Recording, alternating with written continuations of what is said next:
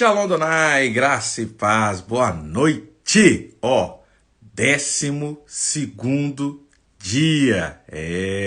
Seguimos aí nesse longo desses 30 dias de mãos levantadas. Que Deus abençoe sua vida, sua casa, sua família em nome de Jesus. Já tá subindo aí uma galera aí na graça e na bênção de Deus.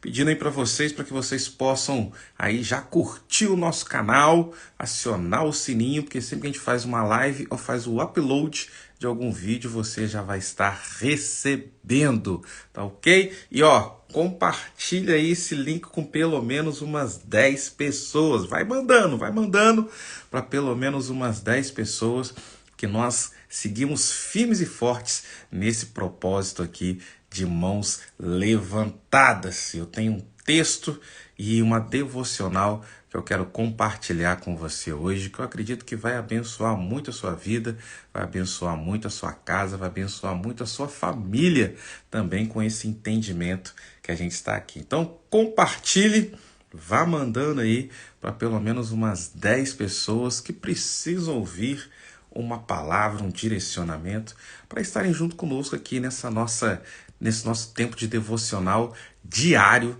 que nós sempre estamos aqui até o dia 30 de agosto, tá? Lembrando que agosto tem 31 dias, mas a gente vai terminar dia 30.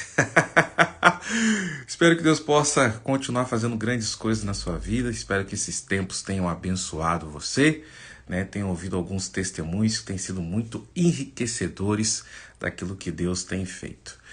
Beleza? Vamos seguindo aqui já então. Nosso 12º texto, ele está lá em Atos, capítulo 2, versículo 46, que fala o seguinte: todos os dias continuavam a reunir-se no pátio do templo, partiam o pão em casa e juntos participavam das refeições com alegria e sinceridade de coração. Eu gosto muito desse texto de Atos 2,46, porque fala de duas formas de operação da igreja. E quais eram essas duas formas? A gente via que a igreja se reunia em dois tipos de lugares. Ou seja, ela se reunia no pátio, mas partiam pão nas casas. Preste muita atenção nisso que eu vou falar com você. A igreja do primeiro século, então, ficava no templo. A Bíblia declara que ela se reunia no pátio do templo, até porque esse era o local onde o povo tinha acesso. Você sabe muito bem que o templo ele tinha 3 ambientes: átrio, santo lugar e santíssimo, ou santo dos santos. O povo entrava no átrio, porque era ali que era feito os sacrifícios. Então o povo tinha livre acesso ao primeiro ambiente do templo. Então, a igreja se reunia ali. Mas a Bíblia declara que o partir do pão não se dava no templo, se dava nas casas. E junto ali, eles compartilhavam nas suas refeições de alegria e sinceridade de coração. Algo que você tem que entender, né?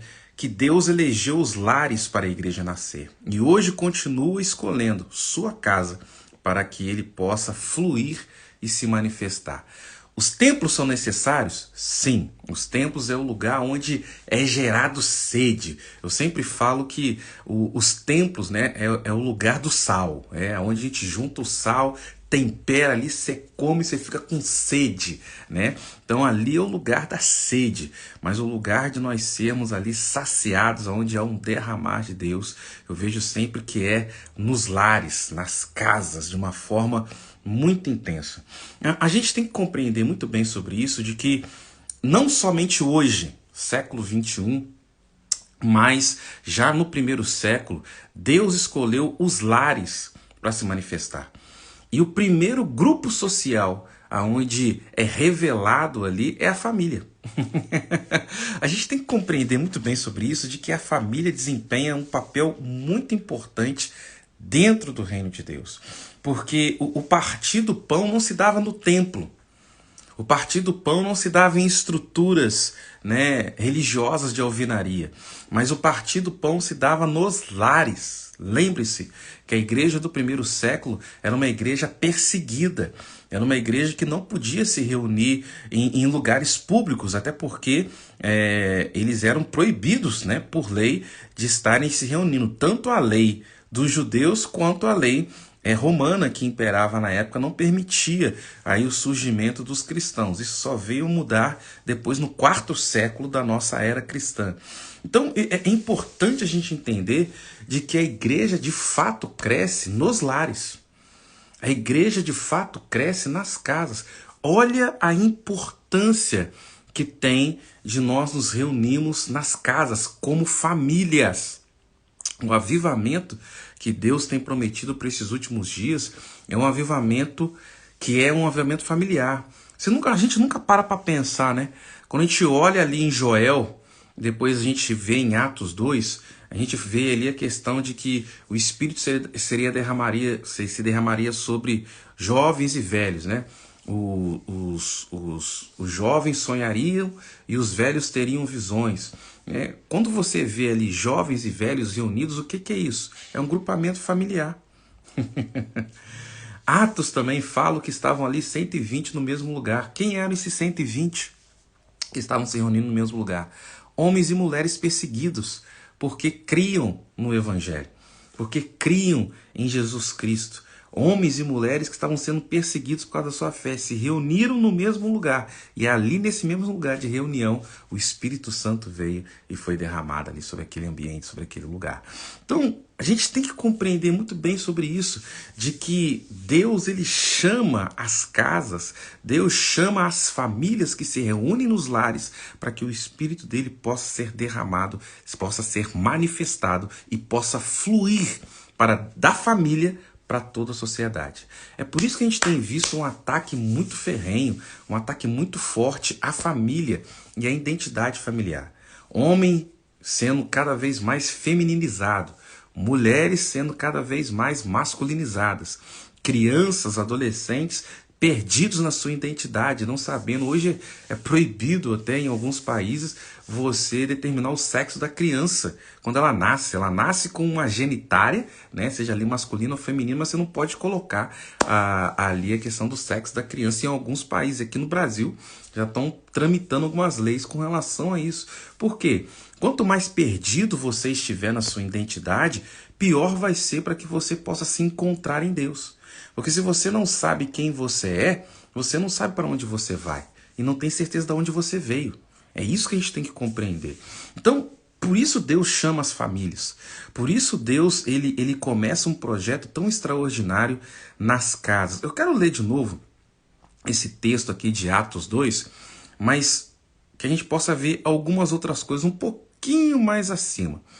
Em Atos 2, versículo 42, vou ler alguns versículos a mais do que a gente já tinha lido. Fala o seguinte: eles perseveravam no ensino dos apóstolos, na comunhão, no partir do pão e nas orações. Eu gosto muito disso. Os cristãos do primeiro século tinham o ensino apostólico, a comunhão e as orações como primícia. Olha como esse tripé era importante, né? O ensino apostólico, a comunhão, né? A questão do partir do pão e também as orações.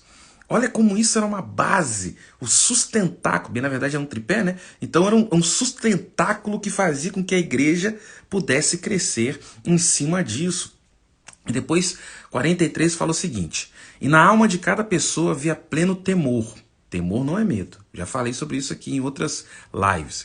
E muitos feitos extraordinários e sinais maravilhosos eram realizados pelos apóstolos. Todos que criam estavam unidos e tinham tudo em comum. Vendiam suas propriedades e bens e dividiam o produto entre todos, segundo a necessidade de cada um. Diariamente, continuavam a reunir-se no pátio do templo, partiam pão em suas casas e juntos participavam das refeições com alegria e sinceridade de coração, louvando a Deus por tudo e sendo estimados por todo o povo. E assim, a cada dia, o Senhor juntava a comunidade das pessoas que iam sendo salvas.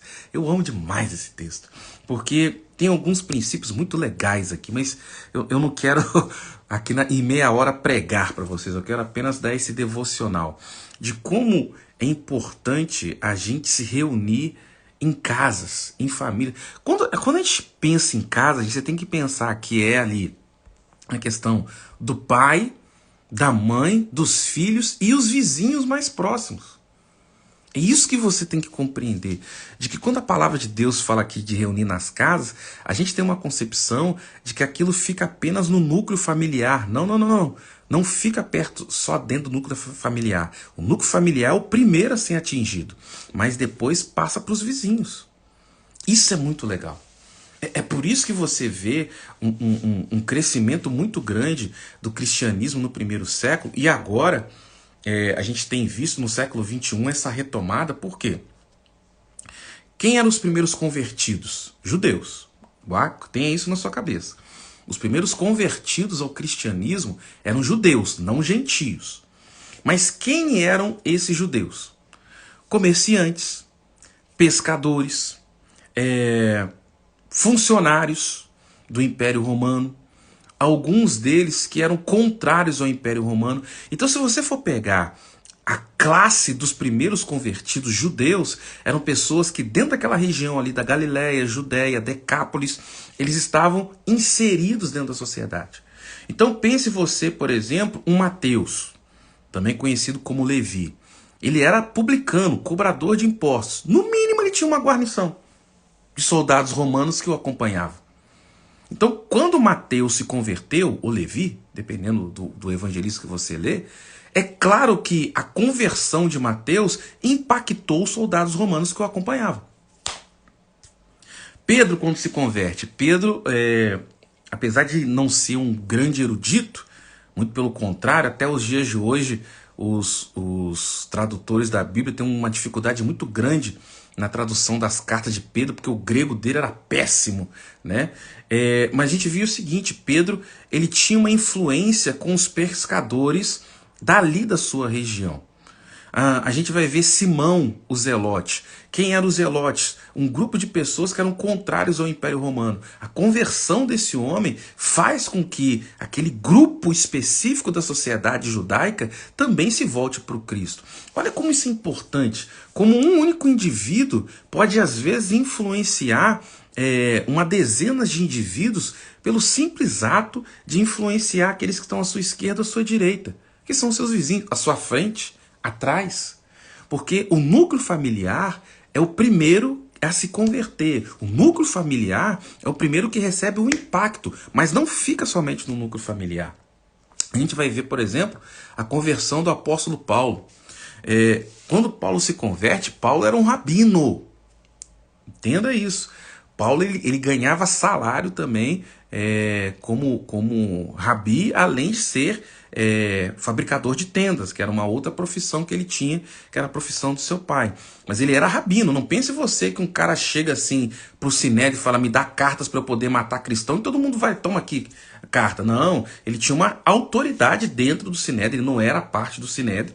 Eu discordo de alguns teólogos que falam que ele fazia parte do Sinédrio, não concordo com essa ideia, mas ele tinha sim um prestígio entre os membros do Sinédrio a tal ponto de conseguir cartas para perseguir os cristãos, né? Então, quando Paulo se converte, não pense você que aqueles que ouviam os estudos de Paulo e também aqueles que eram professores de Paulo não foram influenciados. É claro que foram. É isso que a gente tem que compreender quando Deus ele fala que ele quer buscar a família. Quando ele busca a família, um pai de família, quando se converte, a influência dele vai para a sua casa, mas também vai para os seus colegas de trabalho. Uma mãe de família, quando ela se converte, é claro que a influência fica ali dentro do núcleo familiar, mas também influencia aonde ela faz as unhas, aonde ela faz o cabelo, na escola dos filhos, aonde os filhos dela estudam, porque aquele núcleo familiar que se converte ao Senhor Jesus influencia uma parte da sociedade. É por isso que nós vemos hoje um investimento maciço para a desconstrução da família. E existem projetos, inclusive acadêmicos, né? Existem teses e mais teses de pessoas querendo, de fato, desconstruir a família. Não pense que isso é à toa, porque se você toca na família, você consegue atingir grande parte da sociedade. Aliás, grande parte não, você toca na sociedade, seja ela qual for. Porque qualquer sociedade, o primeiro grupamento social é a família. É por isso que a gente tem que entender muito bem sobre isso, de que Deus, ele busca sim voar com essas duas asas, né? A asa do templo, que vocês já entenderam, é a asa da sede, é a asa das grandes reuniões, é a asa ali das grandes operações, é a asa ali, só para você entender, em Jerusalém, na época de Jesus, época de festas, por exemplo, Páscoa, Pentecostes, Tabernáculo, milhões de pessoas iam para Jerusalém. Então é claro que é importante você se reunir nos templos. A Bíblia fala sobre isso. Mas o crescimento, o desenvolvimento se dava nas casas. Porque quando fala de partir do pão, fala de comunhão, fala de sacramento. Né? É o que a gente chama hoje da ceia do Senhor. Né? Então a comunhão, o compartilhar da fé, isso era feito dentro dos lares. Nos templos era exposição. Nas casas era comunhão. Então tem a asa dos templos e a asa das casas. É isso que a gente tem que entender. Né? Por isso que eu gosto desse exemplo das duas asas. Né? A asa dos templos e a asa das casas. Aí você chama essa asa das casas o que você quiser. De célula, MDA, G1, G7, G14, enfim, seja lá o nome que você queira dar. Mas é importante entrar nas casas. E é importante que nós possamos entender a importância da família dentro do desenvolvimento do evangelho. Entende por que o diabo investe tanto nos divórcios? Entende por que o diabo investe cada vez mais cedo na vida de um indivíduo a ponto de propagandas começarem a atingir crianças e serem gente graúda, pensar em marketing de vendas, de programas para crianças de 2, 3, 4, 5, 6, 7 anos de idade? Porque se você fideliza a família, pronto, filho, você já ganhou tudo. Eu acho muito interessante, eu gosto muito de estudar sobre grandes empresas e grandes nomes, né? Uma das empresas que eu mais estudo, e inclusive tenho ações dela, é a Disney. Que isso, Rodrigo? Você tem ações? Tem, comprei ações da Disney, né? Se ela afundar também eu perco um pouco de dinheiro. Mas eu vejo isso porque quando a gente vai ver a figura de Walt Disney, que foi o criador, né? Ele era um sonhador extraordinário. E hoje, porque antes não tinha isso como método, mas hoje existe algo que eles chamam de método Disney. O que é o método Disney? De você sonhar, planejar e executar. Conta-se uma história, e é verídica, de que quando o primeiro parque da Disney foi inaugurado, o Walt Disney já tinha morrido. Ele não viu a inauguração de seu sonho, né, pessoalmente.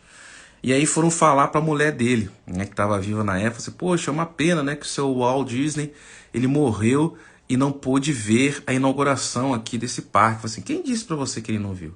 Ele viu primeiro que você. Eu acho isso legal. E só para você entender como que funciona a questão do método Disney hoje. É algo que o Walt Disney criou naturalmente, quase que empiricamente, mas hoje é um método. Hoje é algo que é seguido na risca, na prática, nas produções audiovisuais, nos parques temáticos, em tudo. Como que isso funciona? Você tem que dar para a pessoa uma experiência inesquecível. Guarde muito bem isso. Então, por exemplo, não importa se você tem 8 anos ou 80, se você entra no parque da Disney, você tem uma experiência inesquecível. Eu vi não vi o podcast, mas eu vi o corte de um camarada que trabalhou, brasileiro, que trabalhou num dos parques da Disney, que só veio confirmar algumas informações de algumas pessoas que eu conheço que já foram na Disney. Fala que tem uma faixa no chão, quando você entra nos parques da Disney. Por quê? São muitos atores, né, que trabalham lá nos parques temáticos. E o autor se caracteriza, né? Então o cara tem a sua vida, tal, mas ele tem que se vestir. Veste lá do Aladdin, veste do Pluto, do Mickey, né, do Pato Donald, seja lá qual for o personagem que ele esteja fazendo. E qual que é a ideia?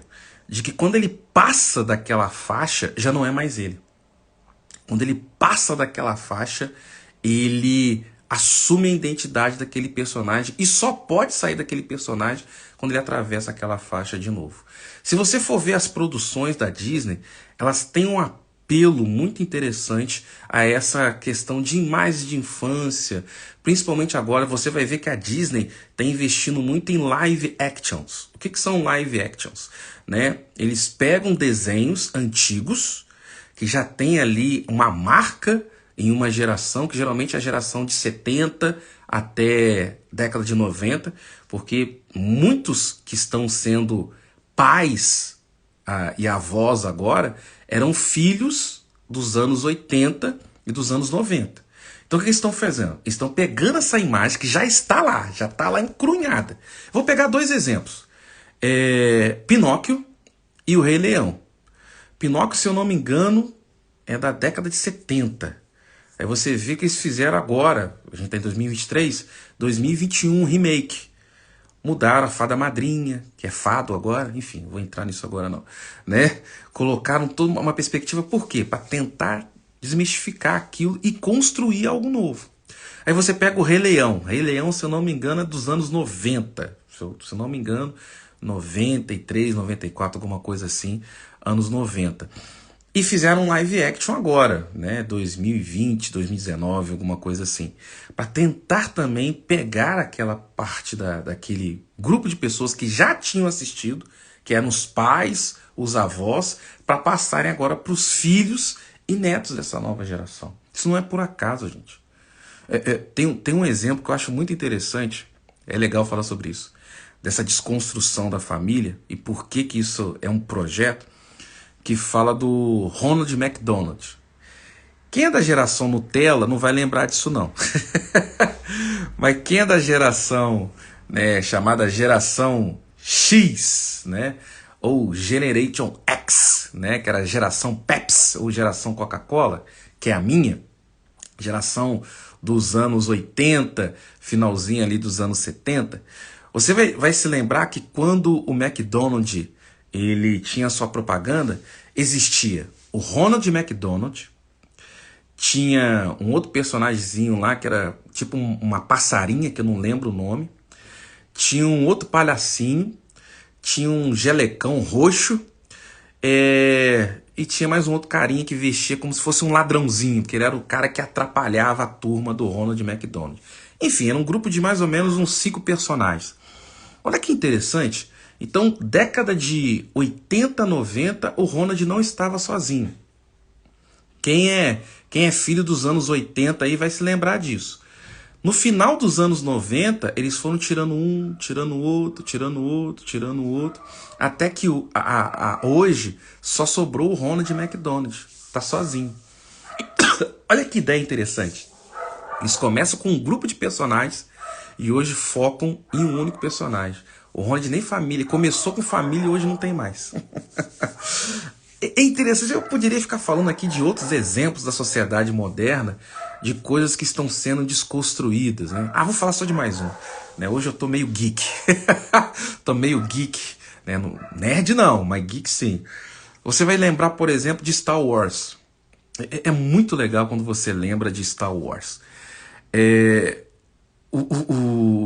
A trilogia, a primeira, que o autor lá, o George Lucas, ele fez, resumindo a trilogia, era uma família, que é a família Skywalker, né, que foi separada porque o Darth Vader, né, que era o Skywalker Sênior, ele teve um relacionamento com alguém que não podia, que fazia parte da República, e ele não era do clero, né, da alta casta lá, não podia se relacionar. E aí os filhos foram separados para não ter perseguição e tudo mais.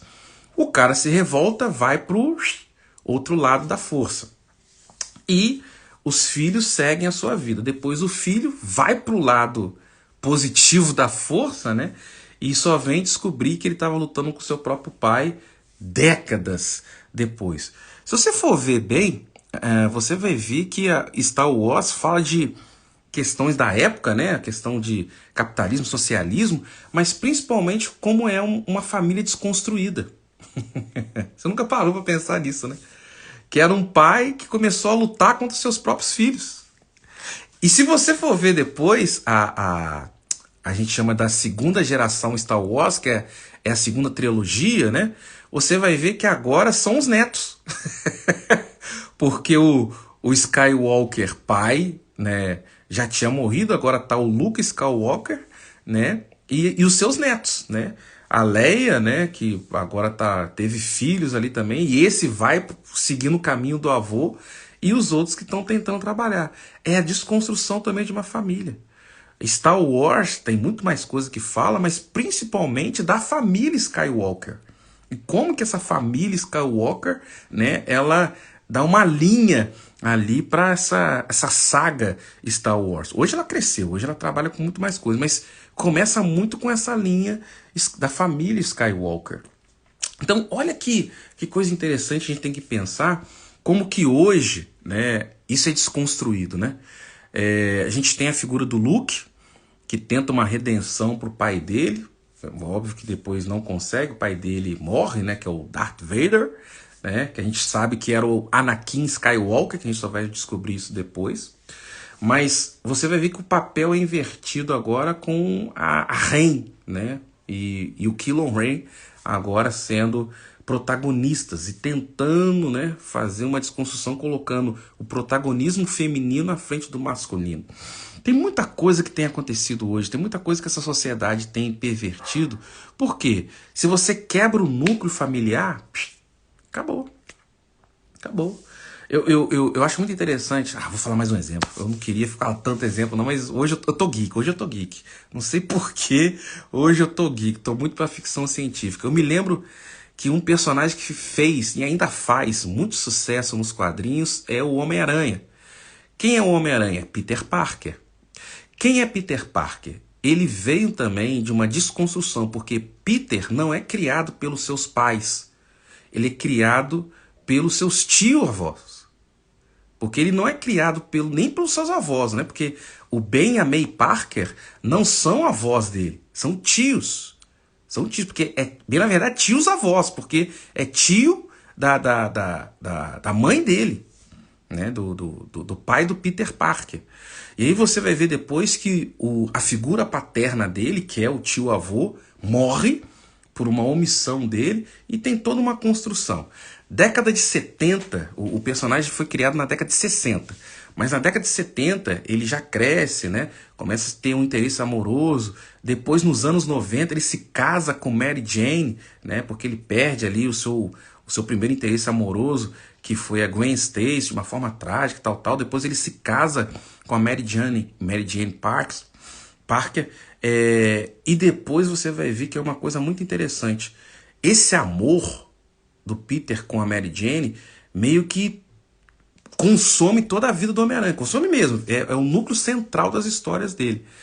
A tal ponto que a Marvel quer mudar isso. E aí o Peter faz um pacto com o diabo como se ele nunca tivesse casado com a Mary Jane. Que hoje, isso aconteceu já tem mais de 30 anos. Até hoje esse pacto com o capeta que o Peter fez ainda vigora. Eles tentaram adaptar isso para o cinema, mas não achei que ficou tão bacana, né? Mas olha que interessante. Um cara que foi construído e fez o sucesso que fez porque veio de uma família que a gente pode falar que não era uma família patriarcal, né, que foi desconstruída, mas que começou depois a entrar no modelo nuclear de família e depois cortaram o cara. Interessante demais isso. Eu poderia ficar falando aqui de vários personagens da cultura pop que começaram de um jeito e hoje estão sendo desconstruídos, não por um acaso. É por isso que Deus, ele enfatiza tanto a importância da família. É por isso que quando a gente olha aqui em Atos 2,46, Deus deixa claro que o partir do pão estava nas casas. As reuniões aconteciam nos templos. Mas, no caso aqui, o templo, né, que estava em Jerusalém. Mas o crescimento, a alegria estava nas casas. Nunca perca isso de vista. Nunca perca a importância de você ler a palavra em família, de você estar em família, de você compartilhar da fé em família. E lembre-se que família não é só... aqui estou falando só da questão do... Aliás, os lares, quando eu falo, não é só da família nuclear que está ali dentro, mas também dos vizinhos, pessoas próximas que você pode influenciar ou é influenciado a partir disso. Beleza, gente? Hoje eu passei mais um pouquinho aqui, eu gosto de ficar meia hora com vocês.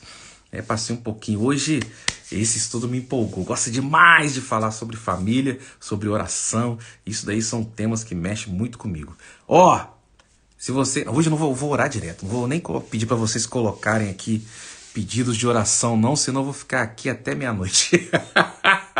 Mas se você quiser ver essa gravação, né, depois você pode escrever. Não vou pedir aqui agora, ao vivo, não. Já quero orar por vocês aqui, porque senão eu vou ficar mais do que meia hora. E não é a minha intenção ficar mais do que meia hora com vocês. Hoje eu me empolguei.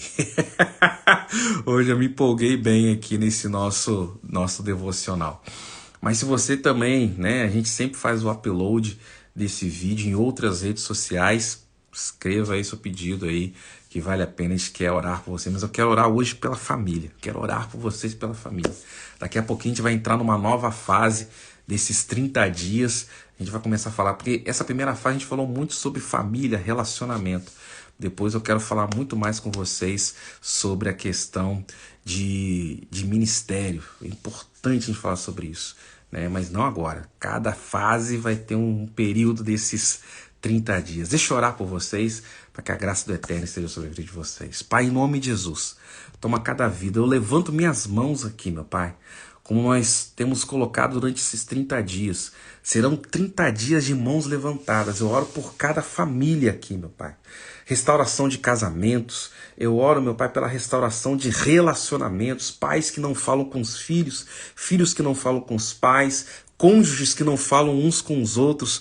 Tome nas tuas mãos, que haja restauração, porque tudo que o inimigo das nossas almas quer é que nós não tenhamos comunhão, meu Pai, uns com os outros. Ele quer uma desconstrução da família, mas eu profetizo, meu Deus, a restauração. Enquanto o diabo quer a desconstrução, eu profetizo a restauração de lares, de famílias, que nesses 30 dias que nós vamos estar aqui de mãos levantadas, que o Senhor derrame da tua graça, da tua bênção, do teu poder sobre cada vida, pelo poder que há, no nome de Jesus. Amém, amém e amém. Lembrando, gente, todos os dias, até o dia 30 de agosto, estou aqui no meu Instagram, Rodrigo Matias Sedes, entre meia-noite de um dia e meia-noite e um de outro dia, porque não tem horário. Então sigam aqui, acione o sininho, porque toda vez que a gente fizer aí uma live ou subir alguma coisa, você vai ser notificado. E depois a gente coloca isso tudo lá no YouTube para que vocês possam assistir. Rodrigo, não tem seu endereço do YouTube. Aqui no meu Instagram tem lá um link com todas as minhas redes sociais. Você pode clicar lá, que lá vai estar todos os vídeos que a gente já fez e outros vídeos, claro, para que vocês possam estar acompanhando, compartilhando essa ideia. Mas você que está assistindo aqui por uma gravação, escreva seu pedido de oração. Eu leio todos os comentários. Eu vou estar orando depois pela sua vida, pela sua casa, pela sua família. Que Deus abençoe. Seguimos juntos 30 dias, até o dia 31 de agosto, de mãos levantadas. Shalom, paz.